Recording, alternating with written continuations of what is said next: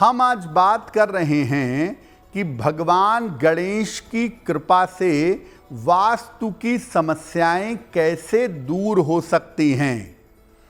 तो सबसे पहले ये जानते हैं कि गणेश जी का और वास्तु शास्त्र का संबंध क्या है। देखिए, भगवान गणेश न केवल प्रथम पूज्य हैं बल्कि विघ्न नाशक और बुद्धि प्रदाता भी हैं। भगवान गणेश की कृपा से घर के समस्त वास्तु दोषों का नाश हो सकता है, किया जा सकता है।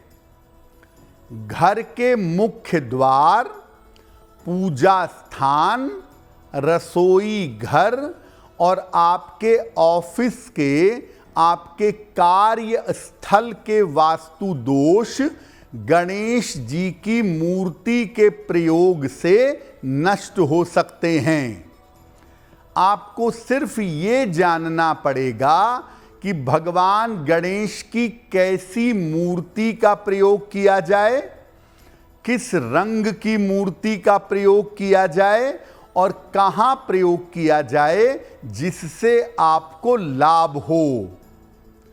ज्योतिष में और वास्तु में भगवान गणेश के अलग अलग रंग की मूर्तियों का प्रयोग किया जाता है और इन अलग अलग रंगों की अलग अलग प्रतिमाएं घर के विशेष स्थानों में लगाने से वास्तु दोष का नाश होता है। तो किस रंग के गणपति से किस तरह की तरंग निकलती है और उस तरंग का फायदा उठा करके कैसे आप वास्तु दोष का नाश कर सकते हैं, इस विषय पर आगे बात करेंगे। आपको बता दें कि कार्यक्रम के अंत में हम बात करेंगे एक लकी टिप की और एक सक्सेस मंत्र की।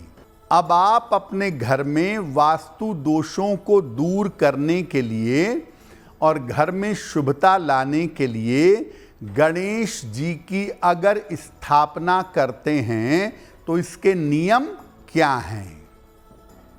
पहला नियम, गणेश जी की बहुत सारी मूर्तियां अपने घर में मत रखिए। आप अपने घर में चित्र बहुत सारे लगा सकते हैं, लेकिन गणेश जी की बहुत सारी मूर्तियां न रखें।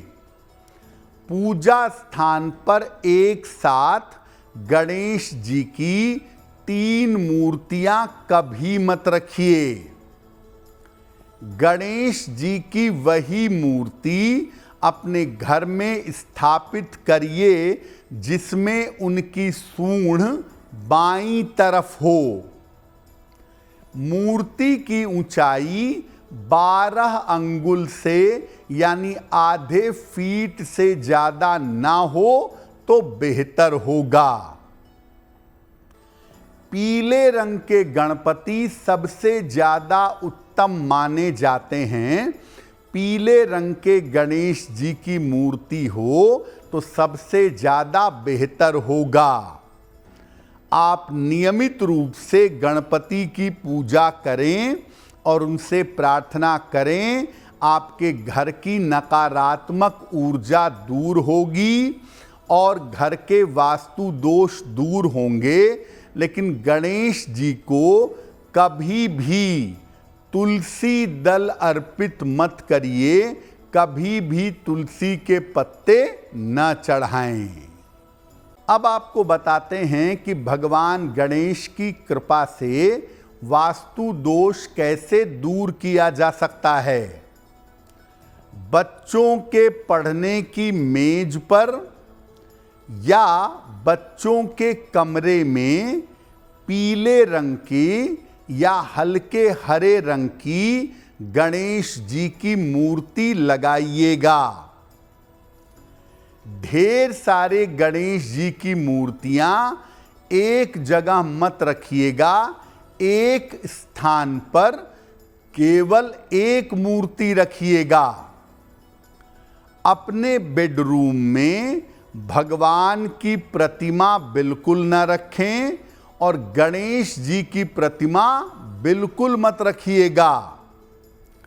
घर के मुख्य द्वार पर अंदर की तरफ गणेश जी की प्रतिमा लगाएं, बाहर की तरफ भगवान गणेश की प्रतिमा न लगाएं। पूजा के स्थान पर पीले रंग के गणेश जी की मूर्ति रखें, अच्छा होगा।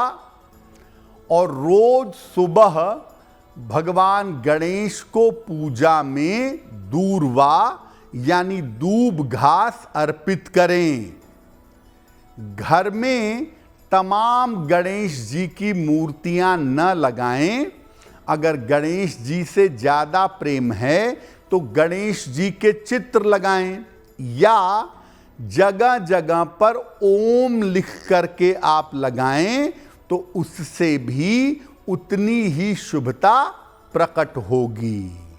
देखिए, भगवान गणेश की जो अलग अलग रंग की मूर्तियां हैं, उनसे अलग अलग तरह की तरंगें निकलती हैं। जैसे आप पीले रंग के गणपति की मूर्ति लगा के उनकी पूजा करें तो इससे जीवन में शुभता आती है, इससे जीवन में मांगल्य आता है और इससे घर में और जीवन में शुभ कार्य होने की संभावना बढ़ जाती है।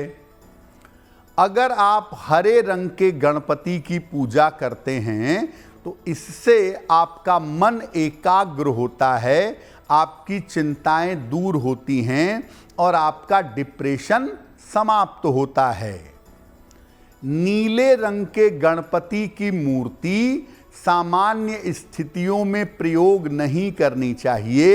ये उच्छिष्ट गणपति हैं, इनकी तंत्र पूजा होती है, इनकी सामान्य पूजा करना उचित नहीं है। अगर आप कर्जों को लेके बहुत ज़्यादा परेशान हैं तो सफ़ेद रंग के गणपति की मूर्ति स्थापित करें और सफ़ेद रंग के गणपति की पूजा करें। इससे आप कर्जों से जल्दी छुटकारा पा सकेंगे और गणपति से हर तरह की कृपा मिले, हर बाधा दूर हो। लाल रंग के गणपति की पूजा करने से हर तरह की मुश्किल, हर तरह की बाधा दूर हो जाती है। अगर आप मुझसे जुड़ करके अपनी समस्याओं का समाधान चाहते हैं और चाहते हैं कि आपकी समस्याओं को ज्योतिष के माध्यम से सुलझाया जाए तो आप हमसे संपर्क कर सकते हैं, जुड़ सकते हैं एस्ट्रो तक पर।